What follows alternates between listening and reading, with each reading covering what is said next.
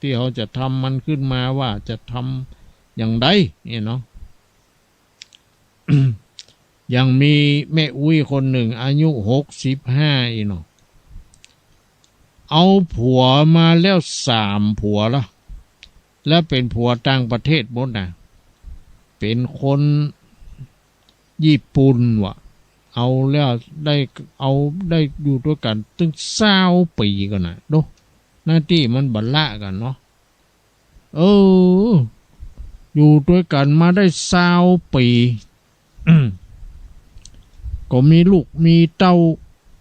2 คนปดใจถึง2เนี่ยมันละมาห่างกันเนี่ยนี่อยู่ด้วยกัน20 ปีแล้วไปเอาฝรั่งเยอรมันคนที่1เอาได้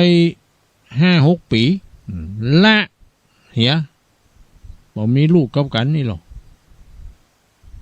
เอาคนที่3ก็เป็นฝรั่งเยอรมันเหมือนกันแต่เอากันได้3 ปีกันประมาณนั้นละเห็ม มันจะเป็นแต่ไผ่หมดที่ละกันนี่นะฝรั่งละ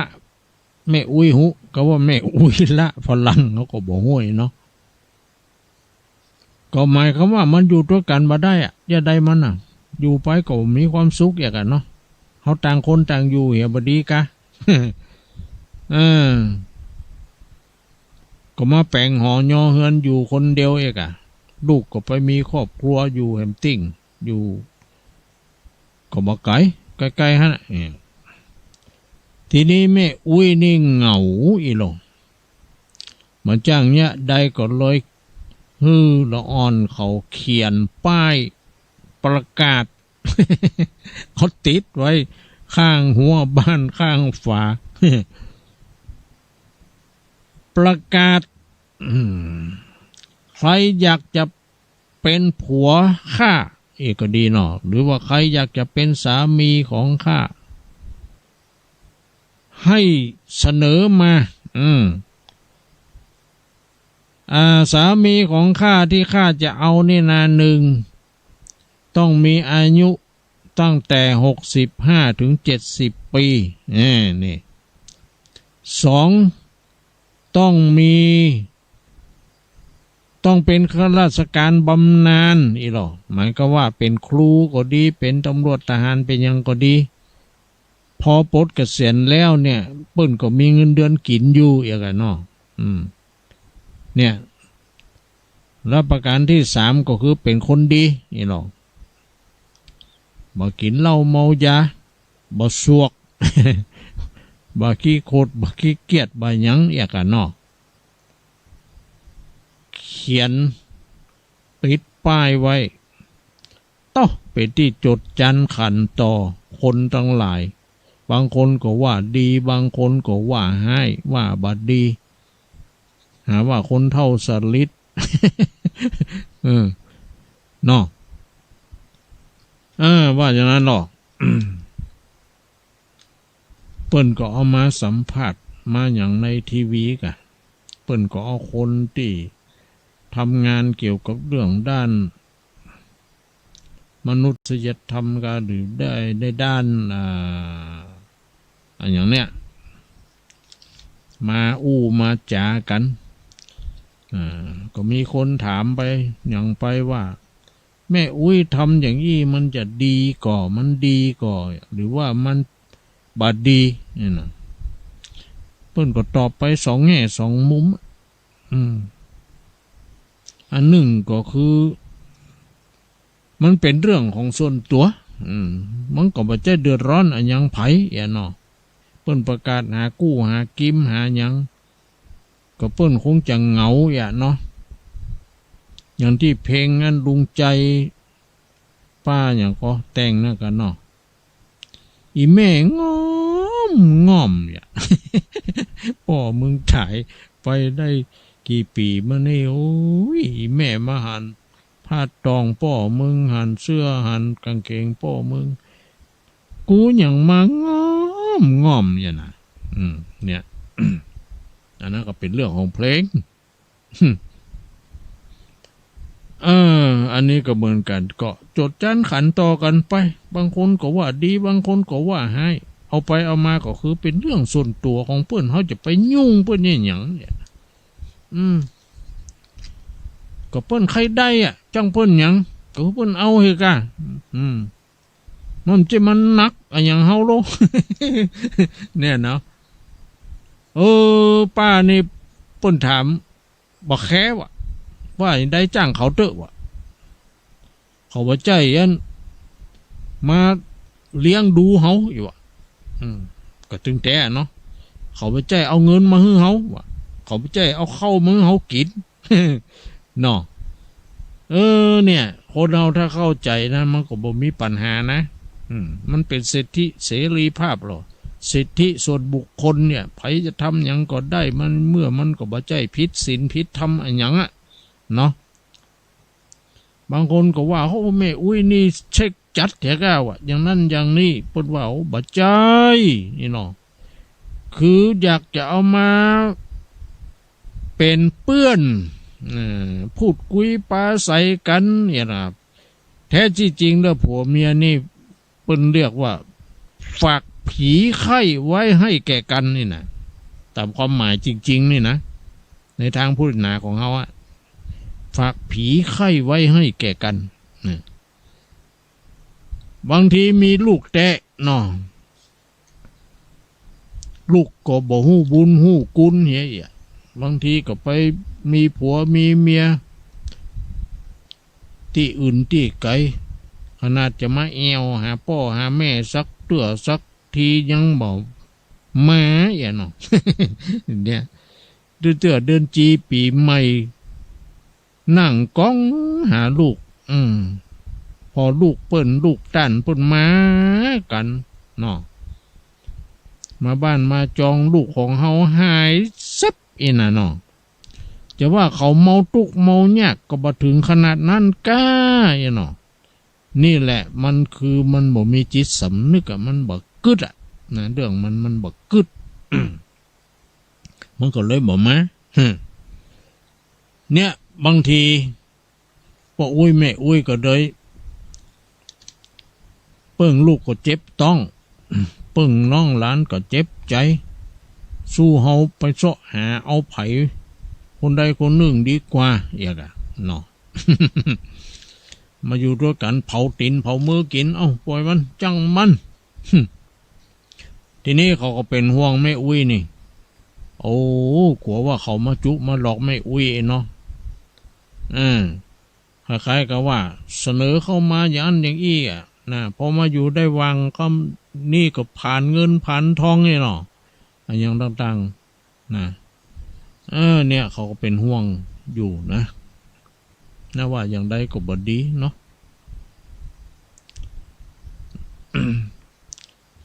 เวลาเท่าแก่แหล่ลายไปพวกนั้นนะทำอย่างบ่ได้เนี่ยมันต้องเปิ่งลูกเปิ่งหลานนะ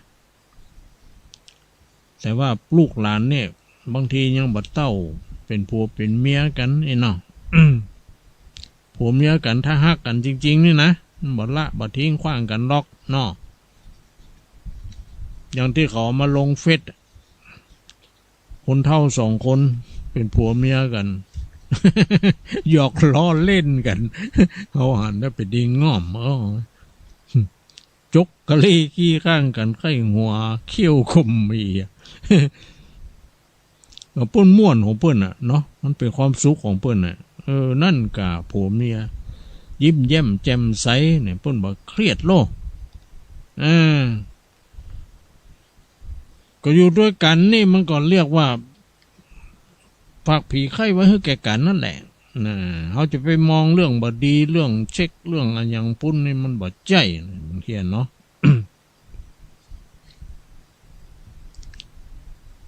อันนี้ก็เป็นอุทาหรณ์สอนใจเป็นสิ่งที่เราควรจะศึกษานะและญาติโยมทั้งหลายคิดว่าจะได้ดีก็ว่าบ่ดีเนี่ยนะเพราะว่ามันมีทั้งดีอาจจะมากนะบ่ดีอาจจะน้อย เนาะพอคนเขาก็ อยากมีกู้มีกิมอยากมีคนปรึกษาหาลืออ่ะมือมันเครียดมือมันง่อมเนี่ยเนาะ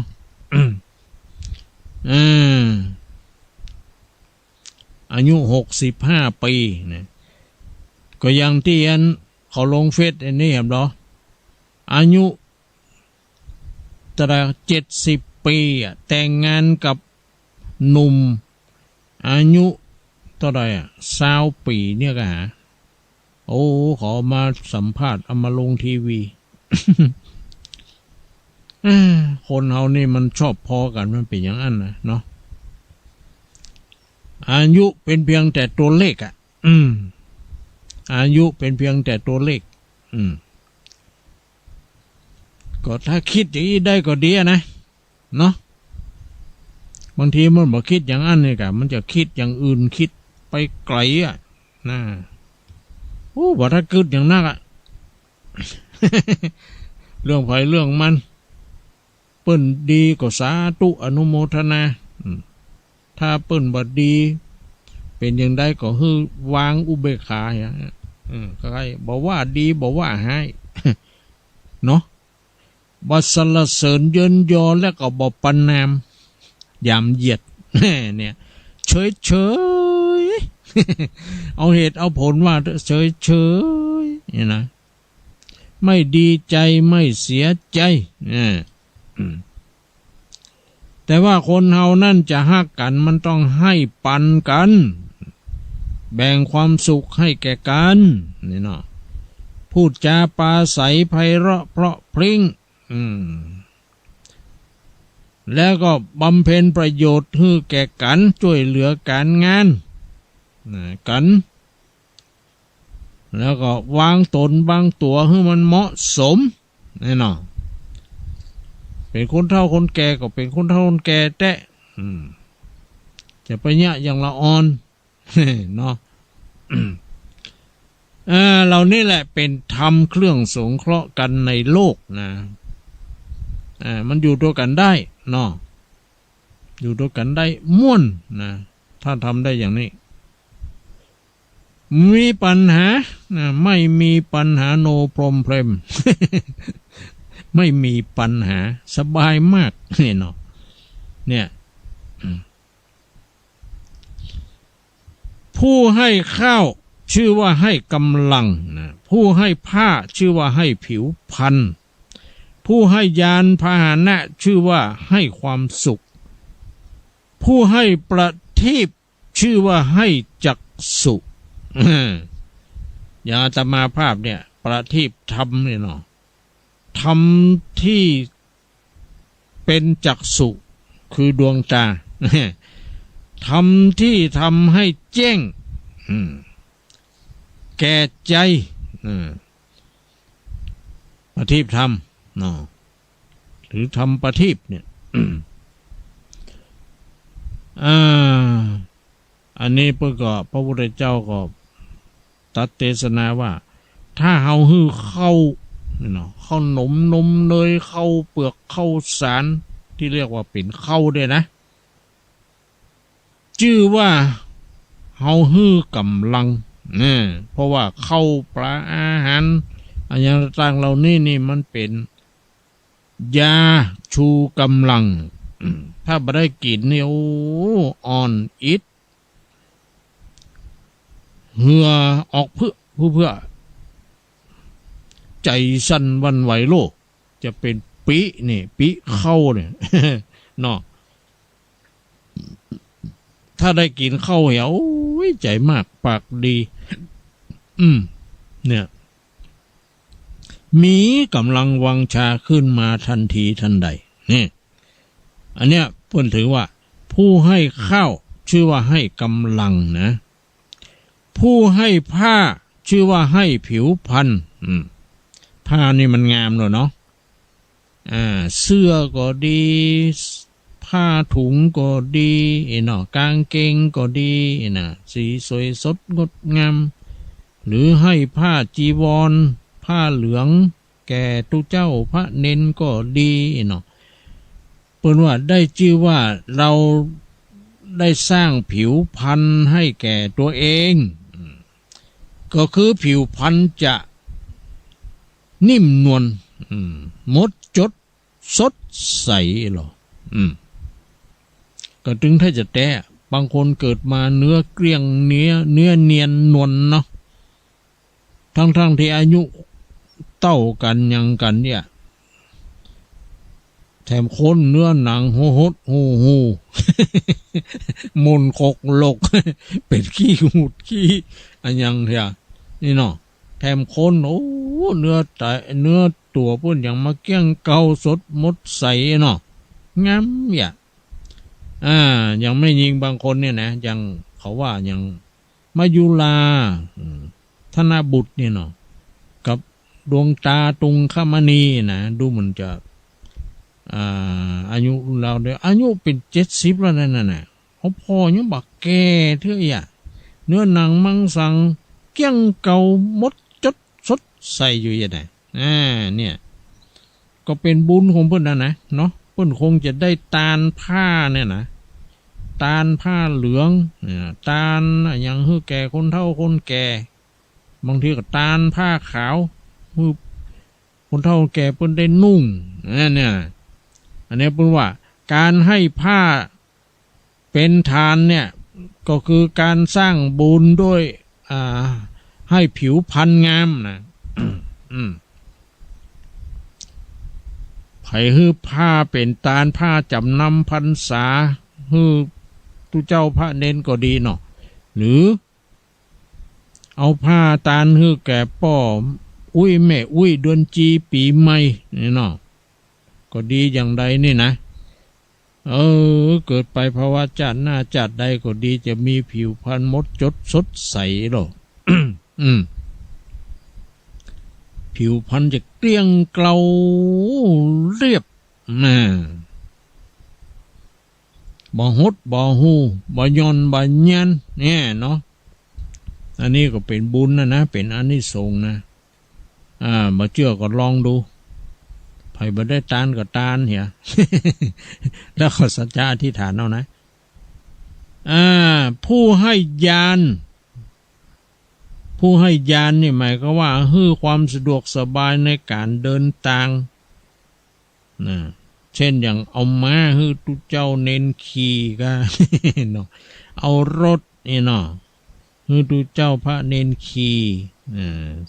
ซ้อนเอาไปส่งนี่นะผู้ให้ญาณเนี่ยนะชื่อว่าให้ความสุขว่ะก็ถึงไทยแต่เนาะถ้าเอาเตียวเนี่ยปะเต้าปวดแข้งปวดขานานถึงเหือปิเหือปังนี่เนาะมันเป็นตุ๊กเนาะถ้าได้ขี่รถอย่า ตะเป็นสุขอยู่หรอกอย่างเขาว่าแต่ก่อนโอ้พอเน้นนะได้ขี่รถพอยังมาได้หอกกิ๊ก ว่าอย่างนั้นนะ เนี่ยการให้ญาณชื่อว่าให้ความสุขนะญาติโยมหันคนเฒ่าคนแก่หันพระเน้นเถนน้อยเดินอยู่ข้างถนนอย่างใดก็ดี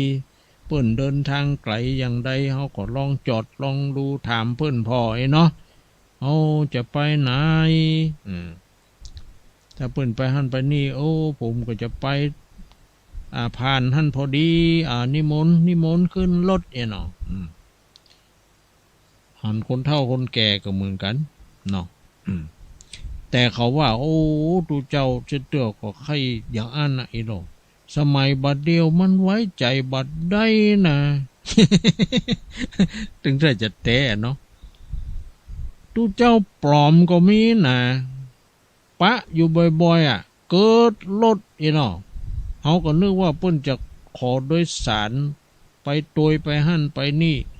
เขาหยุดจึกเป็นว่าขอสตางค์ว่ะเนี่ยนะ โอ้ตูเจ้าอย่างอันนี้เนาะเอาสตางค์ไปเนี่ยอย่างเนี่ยเพิ่นนิมนต์ขึ้นรถเพิ่นจะไปส่งก็บอกขึ้นว่ะใครได้สตางค์อีกว่ะโอ้บ่ถ้าฮื้อถ้าตูเจ้าอย่างนี้นะบ่ได้บุญนะบ่ต้องฮื้อบาปก็จ้างบุญก็จ้างเด้อมีก็ถึงบ่ฮื้ออย่า ฮ ฮือแล้วมันจะแย้มเขาว่าเอาฮือไปแล้วไอ้หรอพอดีแหมวันกันอย่างเนี้ยนี่ไปปะแหมมาวะก็ตู้เจ้าตนวันนั้นนะอีวะเกิดรถขอสตางค์นะวะโอ้ก็อย่างอันนี่เนาะเขาจำได้อยู่หรอก นี่บดีนะบางทีเอาผ้าเหลืองมานุ่งมานี่บ่ใช่ตู้เจ้าแต่หมูแล้วก็มาขอเพราะว่าเป็นตู้เจ้าใส่ผ้าเหลืองมันจะได้ของง่ายหน่อยหรอศรัทธาปรากฏอินดูตู้เจ้าไอ้เนาะเอาตานึกโอ้นักโลกำ100 200 300บ้าง500พวกเนาะ คนเฮานี่มันเป็นอย่างนี้นะแต่ถ้าอย่างอี้นี่มันบ่ใช่ตู้เจ้าแต่เนี่ยญาติโยมทั้งหลายบัดท่าตาลบัดท่าฮือโอ้ยตู้เจ้าโยมมีสตางค์น้อยเดียวปอฮืออีกเขาจะว่าบ่มีบัดถ้าว่ามันจะบ่มี นะมีสตางค์แต่มันบ่ปอฮืออีกจะเอาไปซื้อนั้นซื้อนี้อยู่ถ้าตู้เจ้าจะขึ้นรถก่อนนิมนต์ถ้าจะขอสตางค์นี่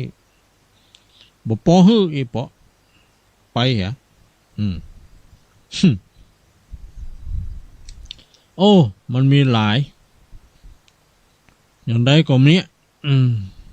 ระวังระวัยไว้แยงไว้จะไปนับได้นับทำบุญนี่เหมือนกันเนาะทำที่มันถูกต้องมันจะได้ดีได้บุญให้ญาณชื่อว่าให้ความสุขให้ประทีปชื่อว่าให้ดวงตานะให้จักษุคือดวงตาแจ้งเนี่ยเนาะตาแจ้งนะกะตานอกแจ้งตาในก็แจ้งสว่างสวัยนะตานอกนี่มันต้องใจประทีปคมไฟนี่เนาะจุดตามส่องถึงจะหู้จะหันนะอย่างรถวิ่งบนถนนเมื่อค่ำเมื่อคืนเนี่ยต้องมีไฟหน้าต้องมีไฟหลีต้องมีไฟเบรกมันจะได้หูแต่ว่าถ้าจิตใจตั้งในก็ต้องใจธรรมะประทีป เอาธรรมะไปส่องใจไปส่องตั้งในนี่ไปส่องตั้งในมันจะได้หูจะได้หันอันนี้ก็เป็นสิ่งละอันพันละน้อยมาเล่าอู้สู่กันฟังนะญาติโยมทั้งหลายสุดท้ายก่อนที่จะอย่างนี้เขาก็จะขอประชาสัมพันธ์เนาะเกี่ยวกับการนั้นรอเทียนพรรษาเนาะกู้ปีที่ผ่านมานี่นะบางวัดก็รอเอาศรัทธาเอาขี้เพิ่งมารวมกันแปลงกลางแปลงปิมรอกันนะบางวัดก็บ่เนี่ยบ่ทำเนาะมันแล้วแต่เนาะอย่างวัดห้างตำนี่เนี่ยกู้ปีคือนักเรียนศูนย์ศึกษาพระพุทธนาวันอาทิตย์นะโรงเรียนบ้านห้างตำศูนย์เด็กเล็กบ้านขุนเมืองงามศูนย์เด็กเล็กบ้านหมู่42เนี่ยเนาะมาหล่อเตียนด้วยครูเขานำมาลงเข้าแถวกันเขาเกียมปิมกลางเตียนไว้คือมีหม้อขางมาต้มขี้ผึ้งนี่ก็เตียงแถวกันใจปากใจดำโบยตักสัจจะอธิษฐานก็รอไปนะเนี่ยย่าคู่ปีเหมือนกันแต่ปีนี้เขาจะไปรวมกันที่อำเภอไผจะรอที่วัดที่วาก็แล้วแต่ก็จ้างเถอะขอให้ไปร่วมรอกันที่อำเภอเวียงป่าเป้าวันนั้นก็ได้อู้กันถึงท่านนายอำเภอเนาะท่านนายอำเภอวุฒิกรคำไม้กะถ้าจำบ่ผิดนะ แล้วก็พุทธสมาคม วัฒนธรรมนะแล้วก็หัวหน้าส่วนราชการแถมละลายท่านเนาะก็ได้ประชุมปรึกษาหารือกันกะชมรมน้อยหนานนี่ตัวเนาะว่าปีนี้เขาขอความร่วมมือจากวัดต่างๆที่เปิ้นรอที่วัดก็ดีอย่างก็ดีขอไปร่วมรอที่อำเภอนี่นะโดยชมรมน้อยหนานก็ดีหรือสภาวัฒนธรรมเนี่ยก็คือนายนาคจอมธรรมพี่น้องหรือพี่หนานนาคเนี่ยนะคุณเป็นประธานเป็นอันนั้นหรอกก็จะได้ทำก็เลยแบบว่าเอาวัดเราในอำเภอเวียวเป้าเนี่ยมันมีอยู่52วัดกับ10ที่พักสงฆ์นี่เนาะรวมแล้วก็อยู่ประมาณ62ที่62วัดเพราะนั้นเขาจะต้องรอ62เล่มนี่นะนิมนต์ทุกวัดทุกวาไปร่วมกันที่ว่าการอำเภอเวียงป่าเป้าคณะทำการรอเขาจะมีการเจริญพุทธมนต์ชัยมงคลคาถานี่นะแล้วเขาจะแบ่งเป็นแถวสัก6แถวหรือสัก10แถวในสัก10เล่มคือศรัทธาเข้าแถวกันแต่ละแถวเนี่ยตักเอาขี้ผึ้งที่หม้อขางที่ต้มเหลวเป็นน้ำแล้วนะตักหล่อลงไปนี่เนาะสัจจะที่ฐานเนี่ยเขาตั้งไว้หลายๆแถวมันก็จะไวเนาะมันก็จะบะส้นกันอย่างกันนะถ้าไปตั้งแถวเดียวนี่โอ้นานแล้วนะสมมุติว่าเขาตั้งอยู่6แถวใน10อีกก็ดีมันก็60ละเข้าไปรอพร้อมกันนะแถวไปแถวมันเนี่ยเนาะมันก็จะไวก็จะได้ตั้งชมรมน้อยหนานสภาวัฒนธรรมมันก็จะช่วยกันทำกันแปลงนี่หรอกวันนี้เท่าที่รายงานมาตะกี้ก็ว่าอยู่ที่อำเภอหรอกวันนี้เมื่อวันเนี้ยไปดูสถานที่แปลงกลางแปลงยังนี่ก็ขอประชาสัมพันธ์พระสงฆ์องค์ข้าเจ้าท่านเจ้าอาวาสเจ้าคณะตำบลทุกวัดทุกวานะที่ได้ยินได้ฟังนี่ก็ดีหรือศรัทธาได้รับฟังได้อย่างก็ดีก็ไปไปนิมนต์ทุกเจ้าบอกทุกเจ้าว่าปีนี้เขาก็จะออกหนังสือออกอย่างไปตั้งเฟซอยู่นะอาจจะเป็นคำสั่งหรือไปขอความร่วมมือเนาะทุกวัดทุกวานำศรัทธาไปหล่อเตียนพรรษาที่ว่าการอำเภอเวียงป่าเป้าเนาะในวันที่2 กรกฎาคมหมายความว่าสิ้นเดือนนี้ก่อนแล้ววันที่1 กรกฎาคมขึ้นมาแล้วก็วันที่2 กรกฎาคมนี่เนาะเอาวันที่2เนาะเพราะว่าวันพระทำบุญเข้าพรรษาวันอาสาฬหบูชามันเป็นวันที่5นี่เนาะวันที่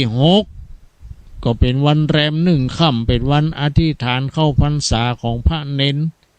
แล้วก็จะเป็นวันส่งน้ำพระศรีสองเมืองหลังจากที่เขาว่างเว้นมา1 ปีเมื่อปีที่แล้วนี่เปิ้นทำถนนหนทางมันบ่สะดวกสบายเนาะแต่ว่าเดี๋ยวนี้เปิ้นทำที่ระวังพระศรีสองเมืองโดยดังแก้วก็ทำถนนหนทางดีแล้วเสร็จแล้วเขาก็จะไปส่งน้ำพระศรีสองเมืองกันเหมือนเดิมนี่นะปีนี้นะ2-3 วันแล้วนี่ก็ได้ไปดูแลไปเป็นกำลังใจคือแกป้อกำนันป้อหลวงผู้ช่วยแห่งบ้านตำบลแม่จีดีใหม่นะ พวกกำนันอย่างก็ลืมชื่อเพิ่นไปเนี้ยแล้วก็มีปลดหลวงบ้าน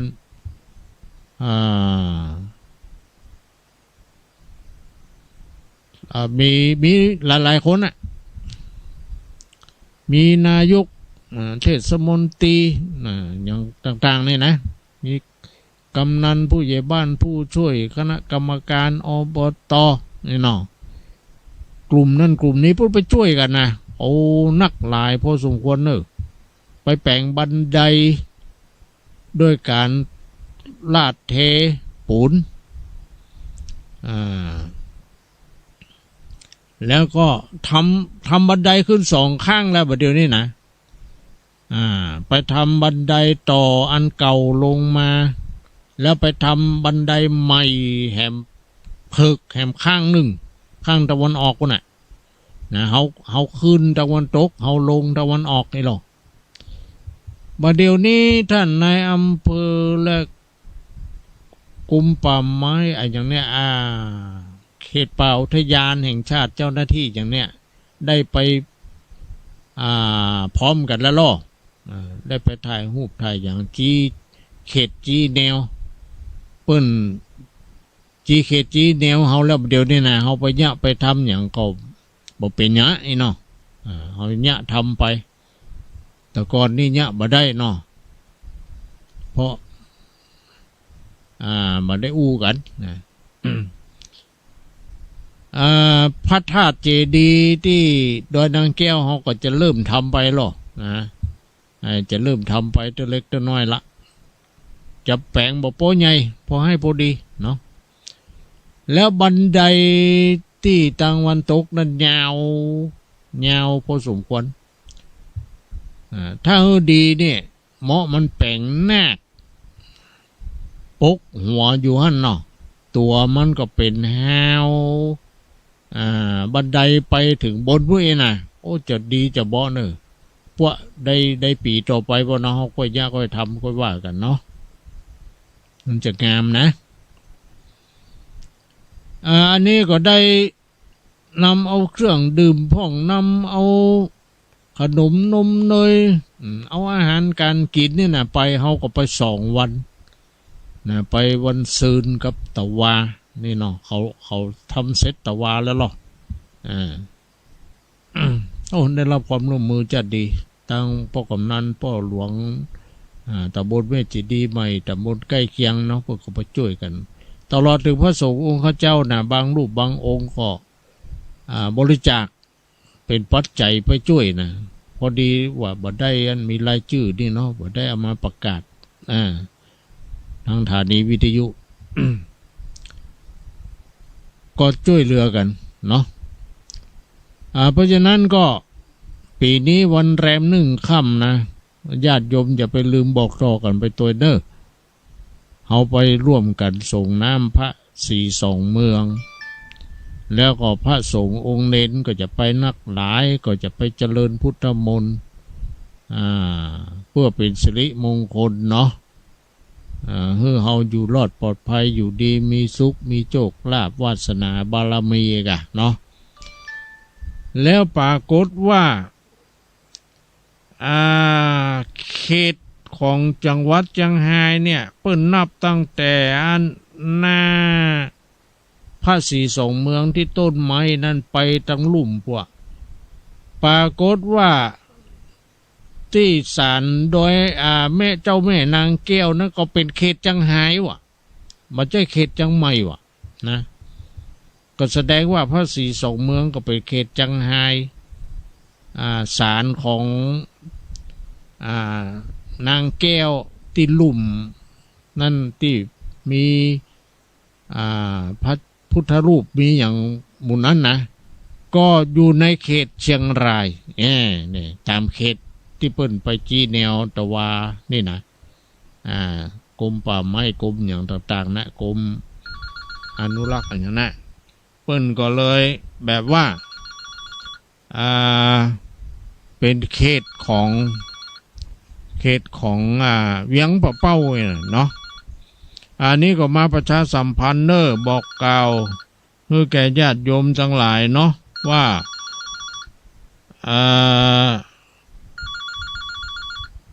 ว่าได้หูไว้ว่าเดี๋ยวก่อนเนอะไปโลมาคำเดียวก็ให้โทร เดี๋ยวก่อนอันนี้นะก็จะไปลืมจนกันไปแล้วเอานึ่งคั่วไปกินด้วยกันพุ่นนะแกงงานจินส้มแคบหมูใส่อันบะแตง พาพริกหนุ่มเขาใส่แย่เนาะลำหลบหม้อหรอกนะตำน้ำพริกน้ำปูพวกนี้เนาะอาหารหลากหลายเนอะเอาไปช่วยกันเด้อเอาไปถวายพระเด่นโดยนะในวันแรม1 ค่ำเนี่ยเขาจะไปร่วมกันส่งน้ำพระศรีสองเมืองลวดไปอันฉลองไปตานบันไดใหม่ที่แปงนะบันไดใหม่ที่แปงจะไปตานโดยกันหมดนี่เป็นงานหนึ่งเนาะทีนี้วกมาถึงงานหล่อเทียนเข้าพรรษาเนี่ยทั้งสภาวัฒนธรรมก็ดีทั้งนายกพุทธสมาคมก็ดีทั้งชมรมกำนันผู้ใหญ่บ้านก็ดีทั้งหัวหน้าส่วนราชการโดยมีท่านในอำเภอเนาะเป็นประธานพร้อมทั้งคณะสงฆ์มีเจ้าคณะอำเภอเนาะรองเจ้าหน้าอำเภอเจ้าหน้าตำบลเจ้าอาวาสวัดต่างๆรวมแล้ว62วัดนี่นะ62วัดจะรอเทียน62เล่มรอแล้วก็จะเอาถวายแต่ละวัดนะที่ห้านาถวายที่ห้าละแต่วันรอนั่นก็เริ่มรอกันไปตั้งแต่วันพุธวันฮือนี่ไปเรื่อยๆไผที่มีเวลาโอกาสจะมาได้อยู่วันที่2ก็ดีนี่ก็ไปรอได้เนาะเข้าใจว่าคงจะทำเสร็จทำปิมทำหนังเสร็จเรียบร้อยเนาะแต่ที่เขาจะทำพิธีจริงๆเนี่ยนะทำพิธีจริงๆทำเป็น แบบศาสนาพิธีเป็นอย่างเนี้ยก็คือวันที่2 กรกฎาคมเนี่ยนะวันที่2 กรกฎาคมเป็นวันที่หมู่เฮาทั้งหลายไปชุมนุมกันรอพระสงฆ์องค์ข้าเจ้าก็จะไปกันนักกันหลายทุกวัดอีกแล้วก็จะไปเจริญพุทธมนต์ไปสวดชัยมงคลคาถานะเพื่อเป็นสิริมงคลแก่ญาติโยมวงศาทั้งหลายที่ไปร่วมรอเทียนพรรษานี่นะวัดใดก็ดีที่เคยรอปีนี้เขาก็ขอเอาไปรอร่วมกันปุ้นที่อำเภอปุ้นเนาะที่วัดเฮานั่นบ่รองดไปเหียเอาไปรอร่วมกันปุ้นเพื่อเป็นสามัคคีกันเพื่อวัฒนธรรมประเพณีอันดีงามนี่เนาะให้ทุกท่านได้มีส่วนร่วมในการทำนี่เนาะที่แล้วมาไผใครทำก็ทำหรอกไผบ่ใครทำก็บ่ทำเนี่ยมันเป็นกิจลักษณะเนาะวันนี้เขาจะทำกันแบบเป็นกิจลักษณะโดยมีท่านในอำเภอเป็นประธานฝ่ายฆราวาสนะทางในก็จะมีเจ้าคณะอำเภอเป็นประธานฝ่ายบรรพชิตเนี่ย วันที่2 กรกฎาคมตั้งแต่เวลา8 โมงไปเขาจะไปรอเตียนกันที่ว่าการอำเภอเวียงป่าเป้าเนาะ62 เล่มนี่รอเสร็จเรียบร้อยก็จะถวายเตียนให้แก่หัววัดต่างๆนะที่ไปหั่นนะที่ไปหั่นหมดนั่นเอากลับวัดไปเลยเอาไปตามไปจุดนะวันที่5วันทำบุญเข้าพรรษาเนาะนี่ก็แจ้งข่าวให้แก่ญาติโยมทั้งหลายได้รับทราบแต่ว่าการรอเตียนเนี่ยขอให้ท่านเจ้าว่าแต่ละวัดประชาสัมพันธ์ขอบริจาคขี้ผึ้งนะอย่างวัดห้างต่ำนี่เขาประกาศไปเดี๋ยวนี้มาจัดหลายแผ่นแล้วนะญาติโยมก็เอาขี้ผึ้งมาถวายนะแผ่น2 แผ่นก็แล้วแต่ละจะเป็นขี้ผึ้งเมืองก็ได้ขี้ผึ้งไต้ก็ได้นะขี้ผึ้งเมืองที่เขาแปลงไว้ทำไว้ก็ดีได้หมดเตียนขี้สุดก็ได้เตียนขี้สุดนี่หมายความว่าเตียนที่ตามมาแล้วยังอยู่สักคืบสักเยี่ยมเนี่ยนี่นะ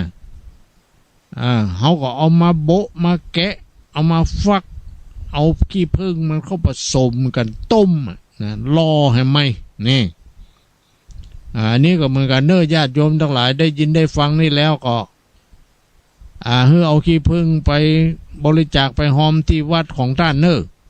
วัดไผ่วัดมันไปหอมนั่นแล้วทุกเจ้าพวกก็จะได้นำขี้ผึ้งเนี่ยไปที่ว่าการอำเภอในวันที่2 กรกฎาคม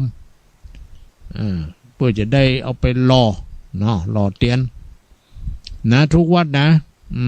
นี่ก็ช่วยกันน้อยเจ้าพูดเฮาเนาะมาละทิ้งกันประเพณีอันดีงามรักษาไว้ให้ลูกหลานได้สืบแตนกันต่อไปอันนี้ก็เป็นเรื่องของเตียนเอาละญาติโยมตั้งหลาย ตั้งเด็กหญิงยิงใจผู้เฒ่าผู้แก่พ่อแม่พี่น้องญาติโยมวงศาตั้งหลายรับฟังรายการประทีปธรรมคืนนี้เป็นจะได้ก็ลองโทรมามาเอ่ยกันตะกี้ไผโทรมาก็บอกฮู้เนอะก็เดี๋ยวจะลองพอก่อนลองรับอันคนที่โทรมาตะกี้เนี่ย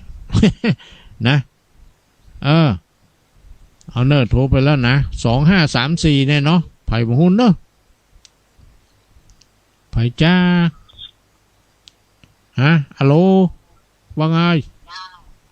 เจ้ากี้โทรมาเนาะเจ้าดีแล้วแม่อยู่ไหนแม่อยู่ไหน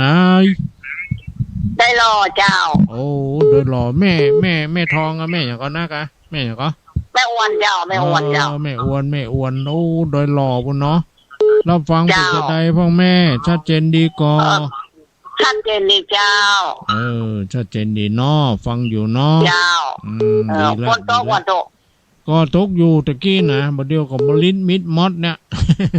เจ้าอันนี้ก็อันน่ะมิดมอดเนี่ยเจ้าแต่เจ้าตกหนักหน่อยเฮ้ยจุ่มเย็นดีเนาะแม่เนาะเจ้าจุ่มดีสิเจ้าจุ่มเย็นดีแต่จุ่มเนื้อเย็นใจจุ่มไก่เนาะแม่เนาะเจ้าจุ่มใจดีหน่อยคอยสาเจ้าขอบใจนโมทนาเนอแม่เนอที่เราฟังรายการประทีปธรรมในวันนี้ขออยู่ดีมีสุขเจ้าไว้สาเจ้ามันคนยืนเนาะแม่อ้วนโอ้โดยหล่อเงียบไปอ้าวสายต่อไปเอาญาติโยมเดี๋ยวนี้เปิดโอกาสให้ญาติโยมได้โทรมาแล้วแต่เขาใจเวลาบัดนัก15 นาทีเนาะอ้าวเจริญพรสาธุเจ้าสลุงเจริญพรว่าจะได้รายงานตัวด้วยก้าชื่ออย่างก้อยตุลุงก็จำมาให้ได้นะแม่เจนจิลาเจ้าอ๋อแม่เจนจิลาดอกคำใต้เนาะเจ้าแม่เจนจิลาดอกคำใต้จังหวัดพะเยาโทรมาแล้วว่าจะได้พ่อแม่ฟังชัดเจนดีกว่าฟังชัดเจนดีกว่าชัดเจนดีเจ้าฟังตุลุงนกมันฟิกกันว่าจะได้ก็นกมันจมพลูกนกมันจมพลูกกันนกมันฟิกกันอันนี้มันจมมันฟิกกันจมพลูกมันนั่นแหละฟังอยู่เจ้าอนุโมทนาเนอแม่เจนจิลาเจ้าเฮากะไว้สะอนุวันโนสุขังพลังเอาสายต่อไปเฮาแบ่งกันเนาะแบ่งกัน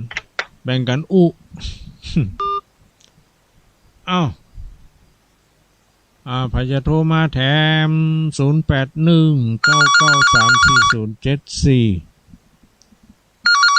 มาแล้วบอเจริญพรเจ้าแม่สาเจ้า ท่านพระครูแล้วก็โยมมาโทรมาจากวันห้องวันเนอร์ยังไม่ใส่ทองเลยเจ้าอ๋อ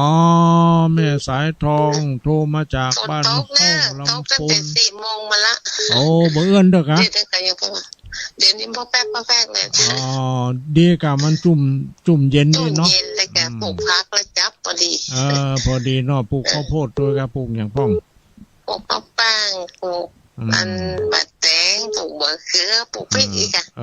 เดี๋ยวเนาะบ่ต้องได้ซื้อได้บ่ต้องได้ซื้อได้ขายเนาะไว้กินปลาทูผักบุ้งแจกกันห้องนั่งกันฟันกันกินเนาะเจ้าน่ะทำบุญทุนรายจ่ายสบาย เจ้า สวนครัวรอบรั้วบ้านอ่ะ ปลอดสารพิษเนาะเจ้าปลอดสารพิษโดยจะบ่ท่าพ่นยาบ่ท่าอย่างมันเนาะเจ้าดีละใส่น้ำลูกเดียวใส่น้ำเย็นหวานเจ้าแต่ดีเนาะเจ้ากำลังใจเนอะเจ้าปังเจ้ากับไว้สาเจ้าเจริญปอนโอ้นี่ก็โทรมาจากดอยหล่อตั้งเมืองเป้าเมืองฝังจังใหม่ลำปัง มีแฮมดูก่อนมาละนี่มาถึงก็เจริญปอนเจ้ากับไว้สาเจ้าตุลูชื่อเสียงเรียงใดก็โทรมาจากแม่สุแก้วบ้านศิลาพรสีเตี้ยบ้านห้องละปูนเด้อบ้านห้องละปูนบ้านสีเตี้ยไอ้เนาะเจ้าติดตามตุลุงตลอดเด้อทุกวันพฤหัสนะเจ้าอนุโมทนาสาธุเจ้ากับไหว้สาแล้วเจ้าตุลุงเจริญปอนเนอแมนเนอร์อยู่ดีมีสุขเป็นผู้เจ้ากับไหว้สาเจ้าอายุวันโนสุขังปะลังอันนี้ก็มาจากสีเตี้ยบ้านห้องเนาะสายต่อไปมีแถมบ่มีแถมก็ เนาะเปิดโทร15 นาทีเนาะเมาก็พออีบพอดีเนาะกูเตือมันกึ่งชั่วโมงมือลงไปเจริญปอนท่านตุลุงว่าจะได้โทรมาจากไหน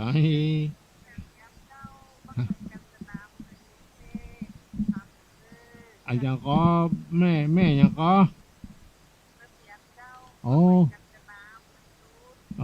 แม่เพียนฟังดีแต่ฟังดีเนาะสเปเหระเจริญปอนเนอร์ไม่เพียนเนอร์ดีมีสุขมีโชคลาภวาสนาบารมีความดีอยู่กับตัวตลอดไปเนอเบนเนอร์สาธุว่าได้สายต่อไปพ่ออุ้ยแม่อุ้ยเพิ่นก็โทรมาฟังอยู่นะก็ดีเนาะเจริญปอนภาษาตุลุงไผ่อันนี้เป็นเหลี่ยมเจ้าเป็นเหลี่ยมมันตามเจ้าอันกะ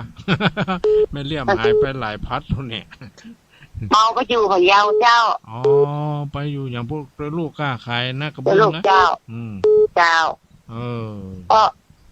พวกมันมีที่อยู่ฟังนะ